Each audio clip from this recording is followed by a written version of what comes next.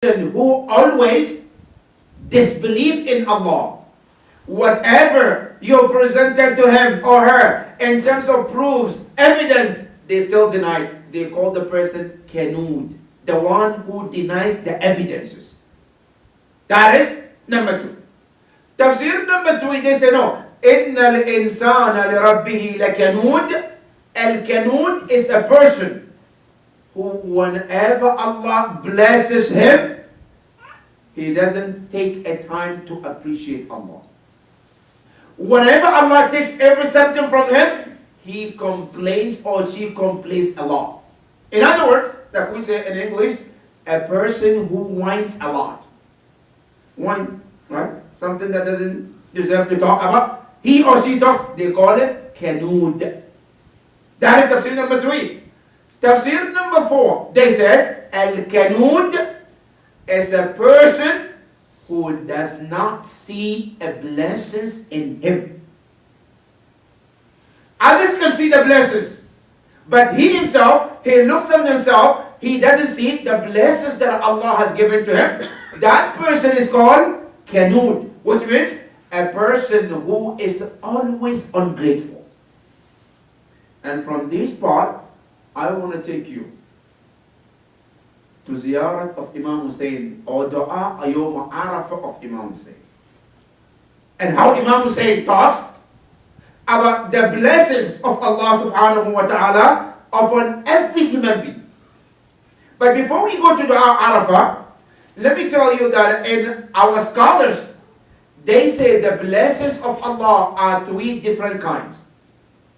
Number one is called al-ni'mal ibtida'i. Number two is called al-ni'mal jaza'iyya. Number three is called ni'matut tafaddul. Depending on the time, we might talk about all of these three. If not, whatever the time permit, we will discuss which one is which. Now, when you go to Dua Arafah, Imam Hussein talks about these three blessings of Allah. Number one that he starts with is called Ni'mal Ibtida'iyya. What blessing is it called? Ni'mal Ibtida'iyya. It's a blessing that Allah gives to his servant without the servant doing anything for Allah subhanahu wa ta'ala. Which means Allah from himself, he wanted to be honoring his servant, and then he chose to give his servant those blessings. It's called Ni'ma Ibtida'i. This Ni'ma, Imam Muslim talks about it in Dua Arafah. When he starts the Dua, Alhamdulillah alladhi laysa li sunna'ihi sana. Praise be to Allah, who is the creator, who his creation cannot be created by anyone but him. Then he goes in the Dua to start to talk about Ni'matul Ibtida'iyyah. In that Ni'ma Ibtida'iyyah, Imam Hussein started the blessings of Allah upon us by creating us and giving us the benefit of life. Allah doesn't need to create us if He doesn't want to. Nobody asked Allah that, Ya Allah, create me. Then Allah created him. No. It's His own wish and desire, and He created us. And how did He create us? When you go to the Quran, Allah talks about two things, or two sources that Allah used to create us. Number one, some ayahs talk that Allah created human being from dirt. Some ayahs say, no, Allah didn't create human being from dirt. Allah created it from something else. What is the difference? Is it that a human being created from the dirt? Because Allah said in the Quran, إِنَّا خَلَقْنَاكُمْ مِنْ تُرَابٍ. We created it from dirt. Then he goes to another surah, he says, no. فَلْيَنْظُرَ الْإِنسَانُ مِمَّا خُلِقَ مِنْ مَاءٍ دَافِقٍ. Let every soul look how he was created. Another surah he says, no, we created you from a man and a woman إِنَّا خَلَقْنَاكُم مِّن ذَكَرٍ وَأُنثَى وَجَعَلْنَاكُمْ شُعُوبًا وَقَبَائِلَ. Now which one is which? Are we created from the earth? Are we created from a liquid? Are we created from a man and a woman? Which one is which?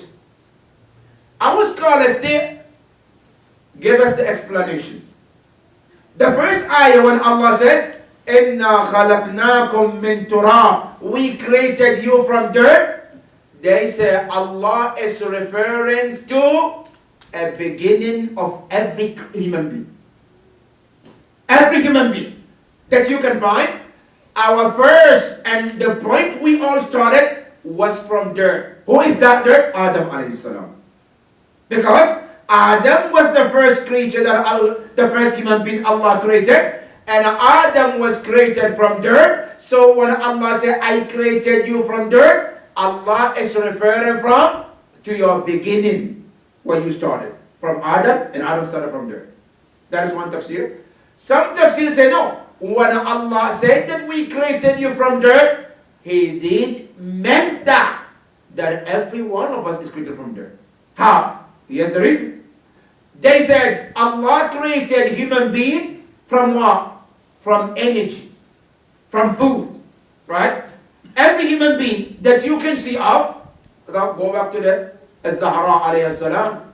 Zahra, the Prophet was told, in the history we were told, that the Prophet went in Isra and Mi'raj, and from that Isra and Mi'raj, Allah gave him an apple in the heaven, and that apple turned to Zahra alayhi salam. And some of the narration, so every human being, Allah subhanahu wa ta'ala created us from some kind of food. And that food, where did it come from? It came from the dirt, from the earth. And when Allah said, I created you from dirt, because our creation started from dirt. That is another tafsir. So when some scholars, when they read the tafsir, إِنَّا خَلَقْنَاكُم مِّن تُرَابٍ, it's referring every human being also come from dirt. And that is what we read in the Quran. مِنْهَا خَلَقْنَاكُم وَفِيهَا نُعِيدُكُمْ وَمِنْهَا نُخْرِجُكُمْ تَارَةً أُخْرَى. We created you from this dirt, and to it you shall return. And from that dirt, we will resurrect you يوم القيامة. That is human being. Now, that is one tafsir. So one tafsir tells us human being is created from dirt. Another tafsir, Allah said, no, look, let every soul look how we created it. Allah subhanahu wa ta'ala said, خُلِقَ مِن مَاءٍ دَافٍ. Every human being is created from one liquid. Every human being. Whether you like it or not, our beginning started from that liquid. Now, where did that liquid came from? Allah tells you in Surah Al-Tariq, it says, يَخْرُجُ مِن بَيْنِ السُّلْبِ وَالتَّرَائِبِ. That liquid comes from two people. One is called a father, and one is called a mother. That liquid that Allah created, that is the beginning of every human being. Then that liquid changes. Allahu Akbar. When you go to the Quran, and this is one of the lessons we need to learn, because our youth, when they go to the public school, they teach that according to the theory of Darwin, that human being was created from another animal, and then it grows to become human being. Now Quran tells you no, that is not true. Human being is created according to the Quran. Allah tells you the stages we went through. Stage number one, Quran tells you, is that when Allah subhanahu wa ta'ala started our creation, we started from that liquid. From that liquid, what happened? The moment that liquid is settled into the womb, Allah subhanahu wa ta'ala said, then it started from one miracle to another miracle. The first miracle, that liquid changes to blood. Now, how does it change? What is the cause? Nobody knows except Allah subhanahu wa ta'ala. But Quran tells us that from that liquid, it changes to become blood. Now, it's just blood as in the womb of the mother. Then after some time, it changes from just being a liquid blood to another chunk of blood. Who made it to change? Nobody except Allah subhanahu wa ta'ala. Then from that chunk of blood, it changes to become just a flesh. It's called alaqa. Then it changed to become mudgha. Now, when it changed to become a flesh, it stays in that, and then slowly it started to develop something called a bone. Allahu Akbar. And every stage that it takes, no the father is in control, no the mother is in control, no the baby is in control of himself. Who is in control? Allah subhanahu wa ta'ala. In some narration it is mentioned that from one stage to another, from one creation to another, it takes 40 days. From being just a liquid to change to become a chunk of meat or something, it has to take 40 days. Now, after it becomes a flesh and a bone, then Quran leaves it at that. What happened? Then Quran says, فَتَبَارَكَ From here, Allah didn't say anything.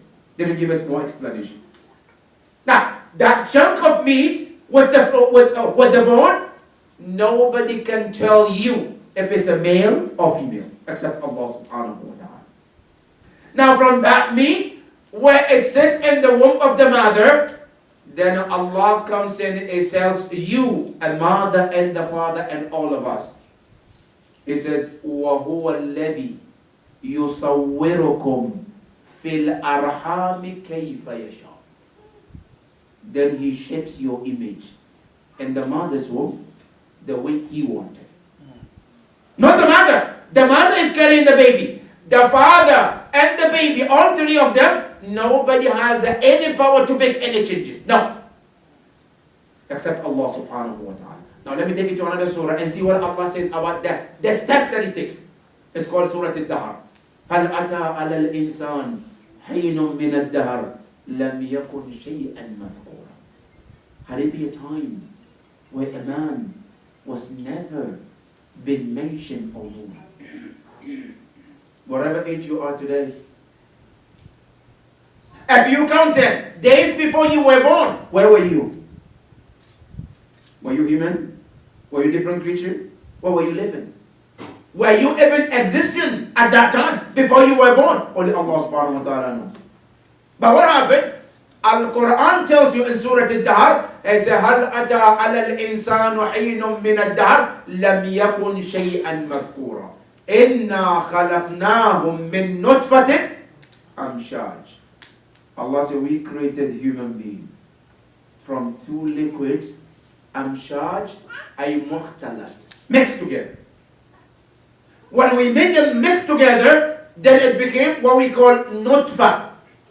Then from that nutfa, Allah changed it also to alaqa. From alaqa to mudgha. Then after Allah shapes the image in the mother's womb, then Allah started to bring the features, the ears, the eyes, the hands, the legs. But as the baby is in mother's womb, according to the Quran, the first part of the body or organ that starts to work is the ears. Allahu Akbar. The first part. The eyes is there, but it doesn't work. The hands are there, but they're not working. The first part that works is the ears. And Allah said, فَجَعَلْنَاهُ سَمِيعًا بَصِيرًا. Samia, we made him to hear. And that is what Imam Amir al-Mu'mineen Salamullahi alayhi, Allahumma salli ala Muhammad wa ali Muhammad, he come to tell us when Allah said in this surah, فَجَعَلْنَاهُ سَمِيعًا, we made him hearing. He can hear. He says one of the nature that Allah created in us to listen and hear more than we talk. But guess what?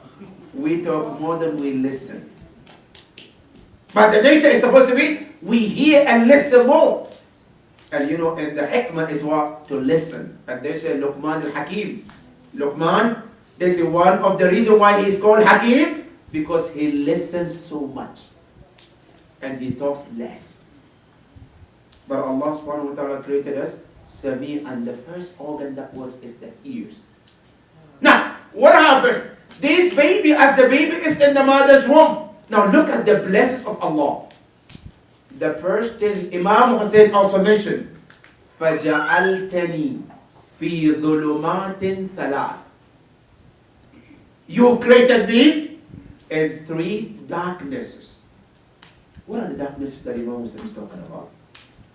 They say, look, as the baby is in the mother's womb, Allah subhanahu wa ta'ala has covered him with 3 different bags in the mother's womb. There is the first bag that Allah put him in the mother's womb, is covering the whole womb. And that first cover is a cover that protects the baby from anything that comes, or any force that comes from the outside. That first is to protect the baby. When anything pushes the mother's stomach or mother's womb, you see there is something pushes it back, so that it keeps the baby safe and secure. Who does that? Allah subhanahu wa ta'ala. That's the first one. The second one, then Allah put another cover also, which covers the entire womb of the mother. And the second one, what it does is to protect the baby from what? From any light outside which might hurt the baby. Allahu Akbar. You know, when the woman goes to do this x-ray, they ask them if she's pregnant or not. Why? Because there are certain lights that can affect the baby. So what happened? Allah put that second cover to cover the baby, any lightning, any something that can come to bother the baby in the mother's womb. Allah subhanahu wa ta'ala will let that happen. And this power is not from the mother or the baby or from the father, it's from Allah subhanahu wa ta'ala. Now the third one that Allah put in there is to protect the temperature for the baby. The mother can be outside, it's freezing. But the baby, Allah already set the temperature in the mother's womb that the baby is still comfortable. The mother can be outside. She is so hot. She cannot even breathe. She wants something, but the baby is still fine. Because Allah set that temperature for the baby, so the baby can be taken care of, and he or she doesn't have to worry about the temperature outside. Who does that other than Allah subhanahu wa ta'ala? Not only that, as the baby is in there, Allah subhanahu wa ta'ala made the baby. The food comes to the baby through what? Through the belly button. Now look at the miracle of Allah. That baby is in the mother's womb, but the baby is eating from everything or anything the mothers eat. When the mothers drink, the baby gets some also, but not through the mouth. But the baby who has been in the mother's womb for 9 months, that's all he knows. That's all she knows. The moment they come out to this world, it's like one university they just graduated.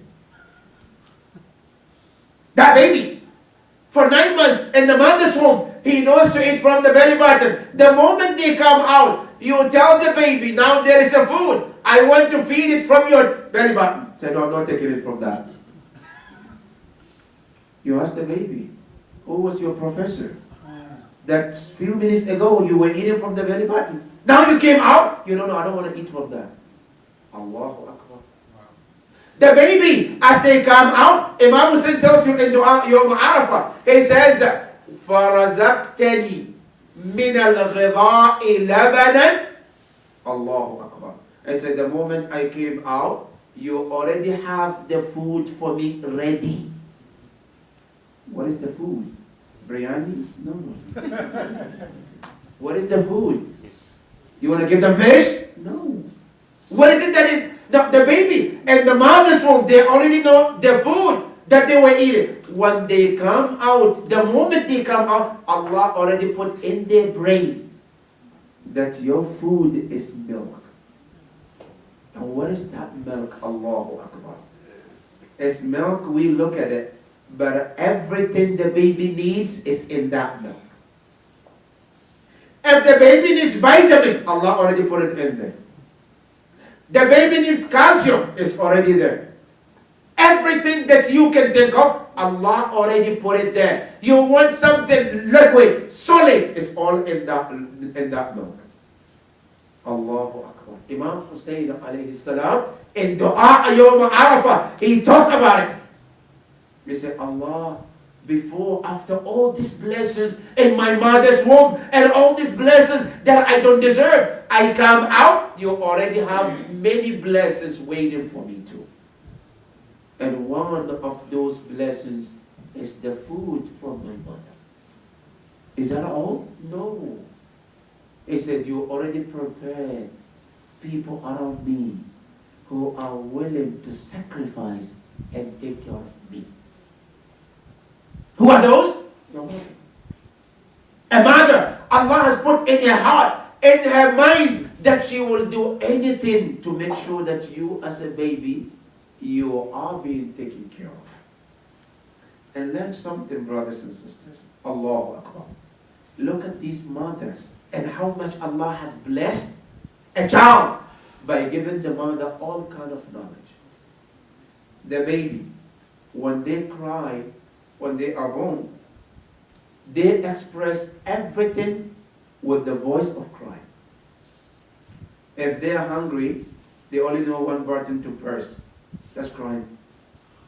If they are cold, they cry.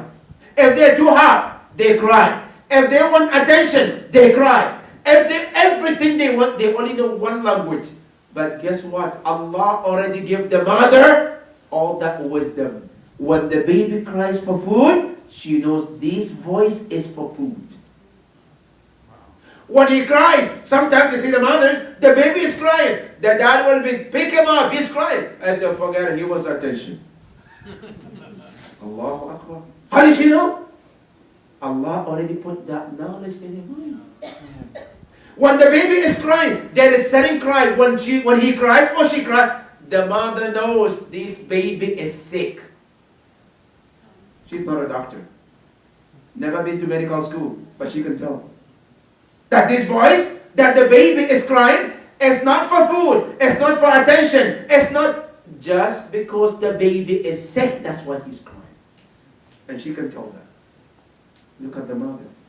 Not only that, the baby, as the baby is growing, the mother, and the mother, when she looks at this baby, she can tell how much this baby meant to her. How much she sacrificed for this child. All of this is called al-ni'ma al-ibtida'iyya. The blessing that Allah gives from the beginning without us being deserving to that blessing. It's a gift from Allah subhanahu wa ta'ala. And Imam Hussein in Dua Arafah, he said, فَأَخْرَجْتَنِي إِلَى الدُّنْيَا سْتَامًا سَوِيًّا. He said, Ya Allah, when I was in my mother's womb, after the full term, you brought me up to this world. How did you bring me up? There are two words Imam Hussein mentioned. Tamman, I came complete with all my organs. Have you seen children who were born disabled? Imagine if that was me or you. But Allah subhanahu wa ta'ala, with His own knowledge, He chose you and I to be born fully. You walk in this world, your eyes working perfectly. You walk in this world, your ears work perfectly. You walk in this world, every part of your body was perfect. Do you think you bribe Allah for Allah to make that work? How much do you bribe Allah? How much do you pay to Allah? All of these blessings, how many times have we said to Allah, thank you for all this blessing, Ya Allah. That is one of the blessings Imam Hussein mentioned in Dua Yawm Arafah. And he said, Taman Sawiyan. A Sawi is the person that is straight. There is nothing to worry about. Today, my dear brothers and sisters, the blessings of Allah, if we are to count them, they are uncountable. Listen to the Quran. وَإِن تَعُدُّوا نِعْمَةَ اللَّهِ لَا تُحْصُوهَا. Today you look at some people, they have eyes like you and I. Nothing is different, but they cannot see. They open their eyes like you and I. They close it like you and I, but they can see. They open their eyes, they cannot see. You open your eyes, you can see everything around you.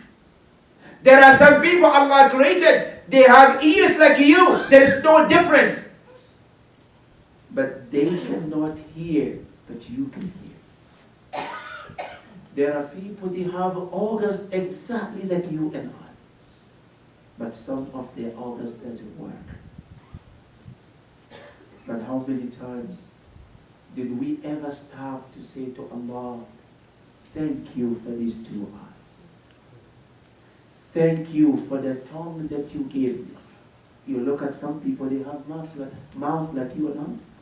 They have tongue, but they can't talk.